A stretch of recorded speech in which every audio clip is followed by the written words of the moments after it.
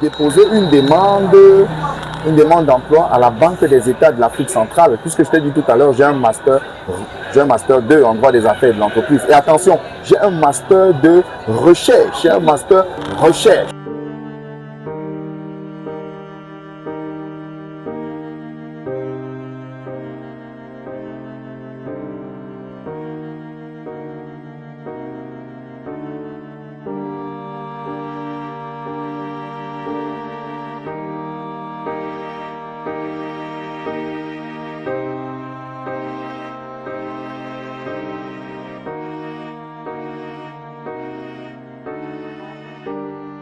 Bonjour Fable Shooter, bonjour à tous les téléspectateurs de Florent Pagny Love, Vision et Leadership, Florent Pagny officiel.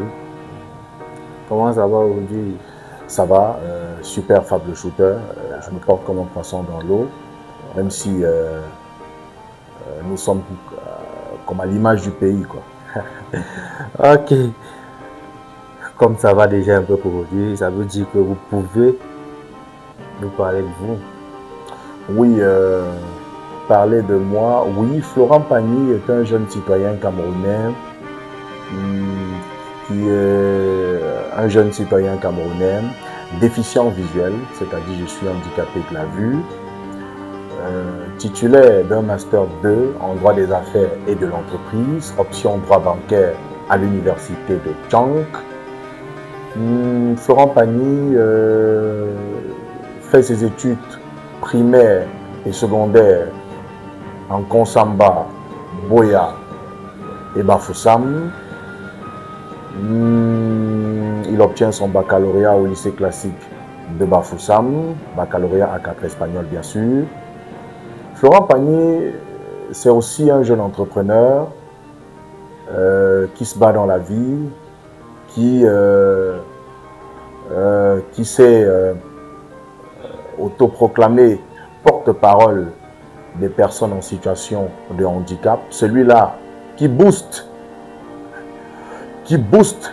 et qui montre aux yeux du monde, qui amène les personnes en situation de handicap à se battre, à cravacher dur, parce que la vie n'est pas facile et quand on est déficient visuel, c'est encore plus difficile. Mais je suis cette personne-là qui amène mes frères handicapés de la vue à se transcender, à bien évidemment intégrer en eux, voilà, en eux que bien, c'est pas parce qu'on est handicapé de la vue qu'on va certainement et sans doute rester dormir sous ses lauriers, qu'on va rester à attendre, mais quand on est handicapé de la vue, on peut faire bouger les choses, on peut être utile à la société et on peut être capable de beaucoup de choses excellentes. Bon, Florent Pagny, vous êtes diplômé en banque, si je comprends bien, mais c'est pas, je ne sais pas si vous exercez aujourd'hui dans votre domaine d'études. Avec votre diplôme, est-ce que votre diplôme vous aide vraiment? Honnêtement, aujourd'hui, bon, est-ce que mes diplômes m'aident? Oui, je n'excelle pas en réalité dans le domaine, dans le domaine que j'ai fait à l'université. Eh bien, comme tout Camerounais, bien sûr, comme beaucoup de jeunes Camerounais aujourd'hui qui, après leurs études, du moins se battent pour survivre, alors pour vivre.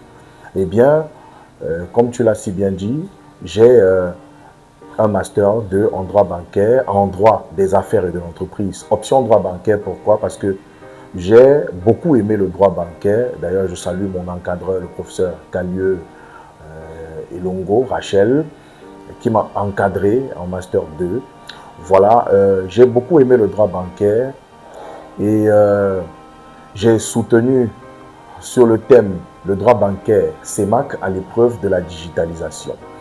Alors, mais aujourd'hui, malheureusement, avec le taux de chômage, avec le chômage qui est devenu récurrent, qui ne cesse de prendre de l'ampleur dans notre société, qui ne cesse de toucher les jeunes, le chômage qui aujourd'hui est devenu une maladie qui ronge tous les jeunes, eh bien, j'ai décidé de me lancer dans l'industrie du divertissement.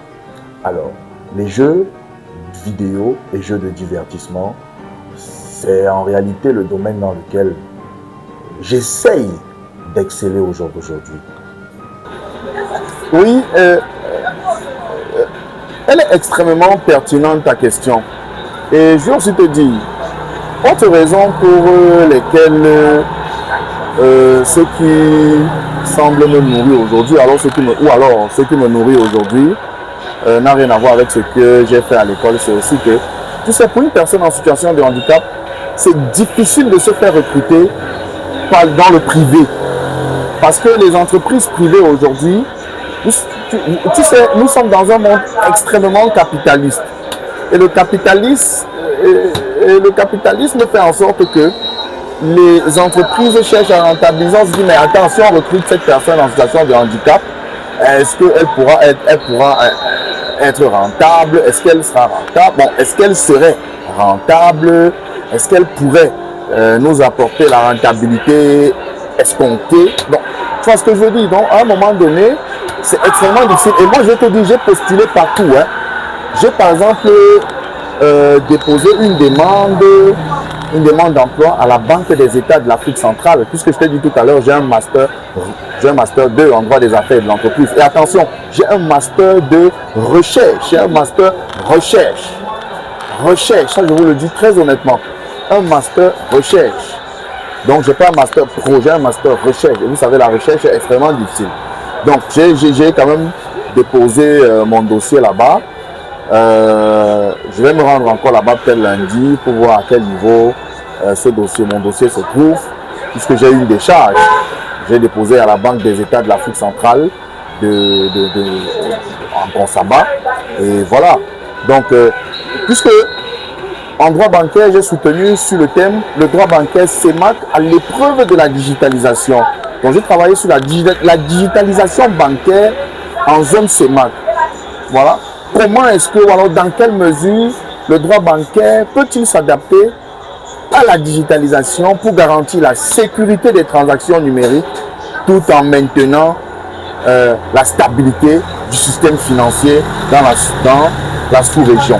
Donc, vous voyez que c'est un thème assez intéressant et honnêtement, c'était très intéressant. Donc, vous voyez, tu vois donc que comme je n'ai pas eu la chance d'être recruté dans les structures où j'ai déposé, parce que j'ai déposé les demandes dans beaucoup de structures, bon, j'ai eu quand même cette ingénieuse idée, puisque je suis aussi passionné par l'entrepreneuriat, de me lancer, de réaliser mon rêve, qui était d'ouvrir une salle de jeu de divertissement, de me lancer dans le divertissement, qui pour moi, qui ma foi est une activité assez intéressante, mais dont les moyens pour atteindre les objectifs escomptés sont extrêmement difficiles. Ça, il fallait que je vous le dise. C'est la raison pour laquelle je prie toutes ces personnes qui vont regarder ces vidéos, tous les bailleurs de fonds, toutes ces personnes-là qui ont l'habitude de soutenir, et bien évidemment, s'ils peuvent m'apporter, en fait, de m'apporter un soutien, ça peut être une console, une PlayStation 4, une PlayStation 5, un casque VR ou même une table de billard, je serais vraiment reconnaissant. Donc, honnêtement, je serais très ravi. Donc, voilà, donc je me bats. Nous sommes dans un pays où on est obligé de se battre. Donc, à défaut de ce qu'on est, on fait avec ce qu'on a. Donc, puisque je n'ai pas eu la chance de décrocher un emploi dans une entreprise ou dans une multinationale ou dans le secteur, du moins, ou dans une entreprise privée, dans une banque, alors que j'ai déposé les dossiers presque partout. Bon, autant mieux se battre plutôt que de rester à la maison sans rien faire, voilà. Donc on est obligé de se battre. Et c'est la raison pour laquelle je dis, l'État, notre système de gouvernance, nos gouvernants doivent tout faire pour faciliter quand même, pour amener les entreprises, le secteur privé à employer les personnes en situation de handicap. Parce que c'est extrêmement difficile. Les secteurs privés, ils ne croient pas, ils n'y croient pas et ils peuvent procéder de plusieurs manières. Ça, il faut que je vous le dise. Par exemple, dire à une banque comme Afrique Land, bon, si tu recrutes par exemple 2, 3, 4 personnes en situation de handicap, au niveau des taxes, des charges fiscales, tu seras exonéré de X ou Y taxes à hauteur de X%. Voilà, ça va encourager les personnes en situation de handicap à recruter les personnes vivantes avec un handicap. Donc c'est une question très pertinente et imaginez-vous, trouver de l'emploi déjà assez difficile pour les personnes dites valides, les clairvoyants, les personnes valides. Combien de fois pour les personnes atteintes d'une déficience? Donc si c'est difficile pour les valides, ce sera encore plus difficile pour les personnes atteintes d'une déficience que nous sommes. Donc c'est une question assez pertinente et merci pour la question Fab. Merci vraiment pour la question. Je pense qu'elle est très pertinente. Ok. Et d'où vous vient cette idée? D'où part cette idée de vous lancer dans le jeu Voilà. D'où me vient cette idée? En fait, j'ai toujours été passionné par les jeux vidéo.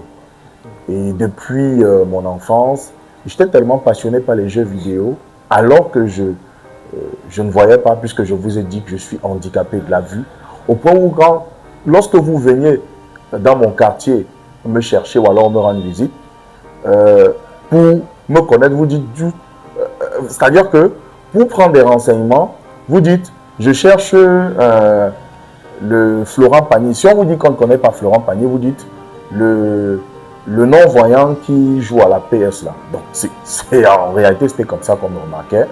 Et c'est comme ça que j'ai décidé de me lancer. Donc j'ai toujours été passionné par les jeux vidéo, la PlayStation. Et voilà quoi. Donc j'ai toujours été passionné. C'est une passion qui date depuis très très longtemps, depuis l'enfance. J'ai grandi avec les jeux vidéo parce qu'on avait mes frères, mes cousins à Douala avec toujours les PlayStation à la maison et du coup j'ai beaucoup aimé ça. D'accord, d'accord. Bon, vous êtes déficient visuel. Bon, comment vous faites pour vous en sortir? Est-ce que vous avez les employés? Parce qu'il faudrait que ceux qui vous regardent puissent comprendre. Comment vous faites pour vous en sortir étant aveugle? Parce que vous êtes dans une salle et c'est avec les jeunes, donc c'est assez bruyant à tout moment. Comment est-ce que vous faites? Effectivement, merci Fable Shooter pour cette question qui, ma foi, est assez pertinente. Comment est-ce que je fais pour m'en sortir? J'ai appris à me battre. Et je suis de ceux qui pensent que c'est quand on est une personne handicapée, on doit même pouvoir, le simple fait de savoir que tu es une personne handicapée doit être en réalité une source de motivation pour toi. Je n'ai pas d'employé. Déjà, vous avez vu ma salle de jeu, de divertissement, c'est une petite salle. Donc, j'ai pas d'employé, donc je n'ai même pas encore je n'ai pas d'employé en fait. Je travaille seul et tu me poses même bien évidemment la question pour comment est-ce que je fais pour m'en sortir. Non, pour m'en sortir, pour te dire la vérité, moi-même je ne sais pas comment est-ce que je fais pour m'en sortir, mais je m'en sors. Pourquoi? Parce que il s'agit là de la transcendance. Je me surpasse. C'est-à-dire, pour donner les pièces, lorsque tu viens, puisque vous avez bien vu dans la salle, il y a les PlayStation 4, PlayStation 3 et il y a les courses de voiture, ce simulateur. Donc, j'ai là les PlayStation 4. Là, quand je veux mettre le jeu sur les PlayStation 4, il est assez facile. Parce que je peux avoir quelqu'un en face de moi qui ne sait pas mettre le jeu. Vous voyez? Je dis, bon, maintenant, puisque cette personne sait lire, moi, j'allume la console. Et quand j'allume la console, eh bien, cette personne, bien évidemment, regarde. Je dis, ici, c'est quoi? Ici, c'est quoi? Cette personne me dit. Donc, c'est un peu comme ça que ça se passe. Au niveau des volants, pour mettre le jeu, ça c'est pareil. Par exemple, il y a un enfant qui veut, par exemple, qui veut conduire la voiture, qui veut jouer au jeu de course de voiture. Là, maintenant, je suis sur le volant. Je peux dire, ici, c'est quoi? Il me dit, bon, là, c'est Tintin, c'est J3. Puisque en termes de jeu, j'ai beaucoup quand même de types de jeux, que ce soit Need for Speed Most Wanted, Need for Speed All Pursuit, Need for Speed Underground, J3, Gran Turismo 5, beaucoup de jeux. Il y a également le Blur. Donc quand tu veux jouer, j'entre, je dis, bon, ici, c'est quoi? Puisque j'ai déjà appris ça avec les amis. Je sais quand j'appuie une touche 2 fois, je suis sur tel élément. Une touche 3 fois, je suis sur tel élément. Donc, c'est comme ça, en réalité, que je fais pour m'en sortir. Et pour le quotidien, oui, je donne les pièces. Une heure, par exemple, dans ma salle, c'est 500 francs. Et voilà, tu prends tes 500 francs, tu charges, tu as tes 1 heure. Et voilà, quoi. Bon, parce que vous donnez 1 heure à 500 francs. Bon, je peux venir. Oui, je peux venir là. Je vous dis, je veux, par exemple, 4 heures. Et vous dites, je suis en train de vous tendre un billet de 2000, pourtant, en fait, c'est un billet de 1000 francs. C'est ça que je vous tends. Ou bien de 500 francs. Comment vous faites pour savoir que vous êtes donné un billet de 500 francs au lieu d'un billet de 2000? Bonne question. Bonne question, oui, oui. Si je vous dis que je ne fais pas face à ce genre de manœuvre malhonnête, c'est que je vous trompe. Oui, quelqu'un vient, il vous tend un billet de 500, il vous dit que c'est 1000 francs. Il vous tend un billet de 1000 francs, il vous dit que c'est 2000. Oui, je suis victime de ça au quotidien. Mais, pour vous dire la vérité, je suis quelqu'un qui croit en Dieu et Dieu est grand. Moi, je vais vous dire, j'ai rarement ça. Je peux vous dire, depuis que j'ai ouvert cette salle de jeu, combien de fois on m'a fait ça. Et je vous assure que la plupart de ces fois, j'ai réussi à attraper la personne. Pourquoi? Quand vous venez, vous me tendez. Tous ceux qui viennent dans ma salle se divertissent, se distraient. Quand ils arrivent, ils me tendent le billet, ils me disent, Kachika, je veux 1 heure, voici 1000 francs. Et moi maintenant, quand je prends, bon, Dieu merci, je maîtrise un peu le billet. Quand je touche le billet, je connais. Donc quand je prends le billet, mais il peut arriver qu'il y ait de l'affluence. Quand il y a de l'affluence, beaucoup de gens, ou plusieurs personnes qui veulent les pièces au même moment et qui me tendent les billets, non, je sais comment m'en tenir. C'est-à-dire quand vous me donnez le billet, je prends, je le mets de côté, seul. Et après, j'ai toujours mes petits de confiance, puis appeler, ici c'est combien? Il me dit non, c'est 1000 francs. Et si tu me dis c'est 1000 francs alors que tu m'as dit 2000, j'entre directement, je te récupère. Mais vraiment, ça arrive très rarement. Très rarement parce que ceux qui me coûtent au quotidien sont des personnes honnêtes. Et parce que moi-même, je suis quelqu'un de très honnête. Et voilà, donc voilà, on va dire ça comme ça. Donc, vous avez décidé de vous lancer dans l'industrie du vêtement. Oui. C'est très bien. Et maintenant, en ce qui concerne les jeux au hasard, parce que ça entre dans le même sillage, oui. Les jeux au hasard, donc vous avez aussi vous faites aussi dans les jeux au hasard. Non, vous êtes Kachika? Non. Bon, vous savez, quand on dit Kachika, en réalité, c'est comme ça qu'on appelle tous ceux qui sont propriétaires ou gérants des salles de jeux. Mais quand on regarde la loi qui régule les jeux de divertissement et jeux de hasard, c'est bien circonscrit, jeux de divertissement et jeux de hasard. Et dans les jeux de divertissement, il y a un chapitre qui est consacré uniquement aux jeux de divertissement. Par exemple, dans les salles de jeux de divertissement, il est interdit de retrouver les machines à sous. Il est interdit de retrouver, par exemple, les pokers. Il est interdit de retrouver, par exemple, des cartes, des ludos.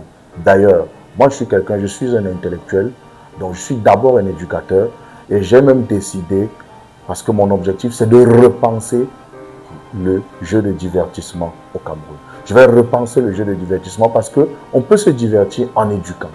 Et moi, par exemple, tous les samedis, j'organise les jeux de quiz. Je suis en train de voir avec un de mes amis qui excelle dans le domaine de l'informatique, comment est-ce qu'on va faire pour créer des jeux hyper éducatifs où il y a des quiz éducatifs adaptés, des jeux typiquement africains pour pouvoir amener les jeunes, nos jeunes à, bien évidemment, du moins à se divertir et en s'éduquant. Donc, ce que je vais dire, c'est quoi? C'est que le jeu du divertissement, il n'y a pas de jeu de hasard chez moi. Jeu de hasard, déjà, c'est strictement interdit et c'est écrit à l'entrée. Interdit les jeux de hasard. Ça veut dire que les petits qui viennent jouer au FIFA, ils disent on joue, je vais te gagner. Lorsque je ne pense pas que ça, je vais mettre du lait, je vous interdis, je ne peux jamais passer. C'est parce que je suis contre les jeux de hasard.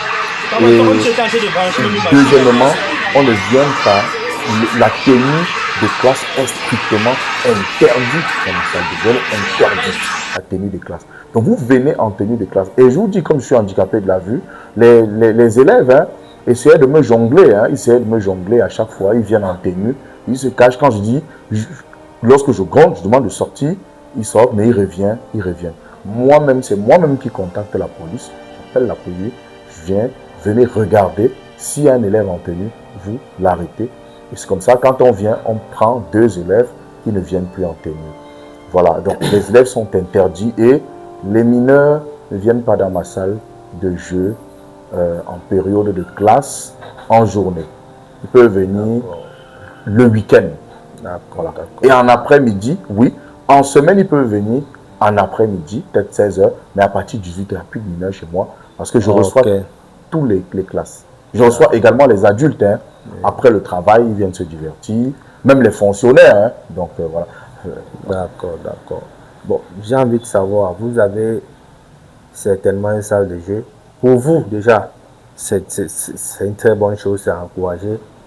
Et en plus, vous envisagez organiser des quiz, donc vous avez d'autres projets allant dans le même sens. Oui. Ou au-delà. Oui. Bon, j'organise déjà des quiz, hein, mais je souhaite vraiment le matérialiser. Ok. De quoi est-ce que vous avez besoin pour améliorer votre activité? C'est vrai qu'on était dans la salle, c'est pas mauvais, mais au vu de vos projets, de votre manière de penser, on sait que vous pouvez faire mieux, 1000 fois plus. Oui. C'est quoi, de quoi est-ce que vous avez besoin pour atteindre ce niveau-là? Oui, j'ai besoin de beaucoup de choses. Déjà, pour en arriver là, ça n'a pas été facile. Ça n'a pas été facile parce qu'il a fallu que je sollicite des emprunts bancaires dans des microfinances pour pouvoir y arriver. Effectivement, pour arriver, honnêtement, j'ai besoin de beaucoup d'autres appareils. Par exemple, je n'ai que les PlayStation 4, donc je n'ai pas de PlayStation 5. Donc, s'il y a un internaute, un membre un Camerounais, une âme de bonne volonté qui peut me soutenir avec une PlayStation 5, je serai très ravi, très heureux. J'ai besoin par exemple d'une PlayStation 5 pour améliorer ma salle de jeu. J'ai besoin par exemple des casques virtuels, d'un casque virtuel pour les jeux. Voilà. Voyez-vous, pour les jeux de réalité virtuelle, encore plus intéressantes. Donc, il y a beaucoup de choses. Je suis en train de faire, par exemple, je pense dans mes projets futurs, à faire une autre salle avec une table de billard. Donc, s'il y a quelqu'un qui peut nous offrir une table de billard, on sera encore ravis. Donc, une table de billard, parce que je pense, j'ai un projet très grand et mon projet, c'est de faire ici un immense centre de loisirs. Et je pense que Dieu permettra, même si c'est dans 10 ans, 15 ans, peut-être j'y parviendrai. Donc voilà, donc j'ai besoin, par exemple, donc, vous avez besoin de beaucoup de choses, oui, beaucoup de choses. Parce que les idées, elles sont là. Oui, mais il n'y a pas de financement. Et vous savez, les emprunts bancaires ne sont pas toujours évidents. C'est pas facile. Donc, et vous savez, le problème dans les jeux de divertissement, c'est que les consoles coûtent excessivement cher. Très cher. Ouais, elles coûtent très cher. Donc, pour avoir par exemple une PlayStation 5, on va vous parler de 400 000 francs. Ouais, juste la console. La console. Pour que les gens viennent jouer à 500 francs. Pour que les gens viennent jouer à 500 francs. Donc, imaginez-vous que une PlayStation 4 seule, c'est 200 000. Donc, c'est pas évident, honnêtement. Donc, quand vous voyez des gens être dans les jeux de divertissement, il faut vous dire que c'est pas évident. Donc, mais par la grâce de Dieu, parce que moi, je ne sais pas comment j'ai fait pour avoir une salle aussi, une salle comme celle-là, qui est encore à parfaire, à améliorer. Donc, voilà, on va dire ça comme ça. Donc, voilà. Donc, j'ai besoin quand même de beaucoup de choses. On ne peut pas vous souhaiter bon courage, parce que le courage, vous l'avez déjà, même si on va vous dire encore bon courage, parce que c'est impressionnant tout ce que vous racontez et ce qu'on a vu avant de venir faire la vidéo. Maintenant, j'aimerais savoir, quel conseil est-ce que vous pouvez donner aux personnes handicapées de toutes sortes? On ne va pas parler sur les handicapés visuels. Quel conseil vous pouvez donner à ces personnes handicapées pour qu'elles se démarquent aussi, pour qu'elles se démarquent, pour qu'elles n'attendent pas tout? Je ne sais pas, quel conseil pour booster un peu voilà. Non, le conseil que je peux donner aux personnes en situation de handicap de manière générale, c'est qu'elles doivent arrêter de s'apitoyer sur leur sort. Parce que j'ai un concept que je suis en train de mettre sur pied, handicap et entrepreneuriat. Vous voyez, parce qu'il faut amener aussi les personnes en situation de handicap, les personnes handicapées, vivantes avec un handicap, à pouvoir entreprendre. Parce que nous, on a toujours tendance, Bon, moi-même aussi, hein, moi je suis le premier à dire que non, il faut que le gouvernement doit se battre pour nous, le gouvernement doit faire, et encore que le gouvernement doit beaucoup faire pour nous, puisque le gouvernement, pour moi, ne fait presque rien pour nous. Mais le gouvernement doit encore, même si le gouvernement essaye de faire, ils doivent en faire davantage. Parce que nous réclamons, donc les personnes en situation de handicap doivent se lancer dans l'entrepreneuriat parce qu'on peut aussi entreprendre. Je pense qu'on a quand même beaucoup d'avantages au niveau au niveau de la fiscalité. On est quand même exonéré fiscalement de certaines taxes et je pense que c'est un avantage. Donc je pense que les personnes en situation de handicap, c'est-à-dire que l'État peut décider que toute personne en situation de handicap déclarée, confirmée personne handicapée, doit recevoir par exemple une somme de 50 000 francs tous les mois. Par exemple, une somme qui allant de 50 000 à 100 000 francs tous les mois. Si vous recevez par exemple 100 000 francs tous les mois, quand je dis même 50 000, c'est petit. Donc une somme même de 100 000 francs chaque mois, toute personne handicapée, parce que nous sommes peu. Si ces personnes-là, je vous assure, reçoivent cette somme-là, ça va réduire considérablement la mendicité. Parce que les personnes en situation de handicap sont presque tous des mendiants aujourd'hui, indépendamment de leur volonté. Donc si aujourd'hui, on a par exemple une pension d'invalidité qui peut même être même de 70 000, ça va vous permettre à pouvoir par exemple mettre un projet sur pied et aller dans une microfinance. Sur la base de ces 70 000 là, une banque peut vous faire un prêt. C'est-à-dire que vous allez vous faire un prêt, on peut vous faire un prêt de 500 000, vous lancez un business, vous lancez une activité et puis vous commencez à vous battre sur la base de ces 70 000 francs là. Je pense que ce serait une avancée notable, terrible, vraiment excellente que le gouvernement, que le Cameroun aurait franchi. Et je pense que ce sera très bien pour nous, les personnes en situation de handicap. Donc, on doit arrêter de nous apitoyer sur notre sort et on doit plutôt se battre. Et je parle beaucoup des déficients visuels parce que, vous savez, au niveau des personnes handicapées, les déficients visuels sont ceux-là qui souffrent le plus. Parce que vous allez aller dans les ministères un peu partout, vous allez voir les handicapés moteurs, par exemple. Eux, ils n'ont pas de soucis, ils sont insérés. Mais par contre, les non-voyants, c'est pas toujours facile. Quand tu n'as pas la vue, c'est pas évident. Mais il faut savoir que même si tu n'as pas la vue, tu es capable de beaucoup de choses. Et on doit pouvoir se battre. Utiliser notre handicap plutôt comme un atout au lieu de l'utiliser comme une fatalité. Donc j'invite tous mes frères à entreprendre. Car l'entrepreneuriat au XXIe siècle est la meilleure chose pour un jeune et encore pour une personne handicapée. C'est du lourd. Monsieur Florent Pagny, est-ce qu'il y a des personnes handicapées à qui vous aimeriez faire un big up au sortir de cette vidéo? Oui, au sortir de cette vidéo, des personnes à qui je pourrais faire un big up. Déjà, elles sont tellement nombreuses, ces personnes-là, mais je tire un grand coup de chapeau à toutes les personnes vivant avec un handicap qui entreprennent. Parce qu'elles sont nombreuses. Elles sont nombreuses qui entreprennent, qui ont des boutiques, qui ont des entreprises. Elles sont nombreuses et je vous assure que on va bien évidemment rencontrer ces gens-là d'ici peu, les interviewer parce que je vous ai dit que handicap et entrepreneuriat, c'est un concept que je suis en train de lancer et il sera question pour nous de promouvoir tous ceux-là, toutes ces personnes en situation de handicap qui se battent, question de donner une nouvelle vision, une nouvelle image de marque à la personne handicapée au Cameroun.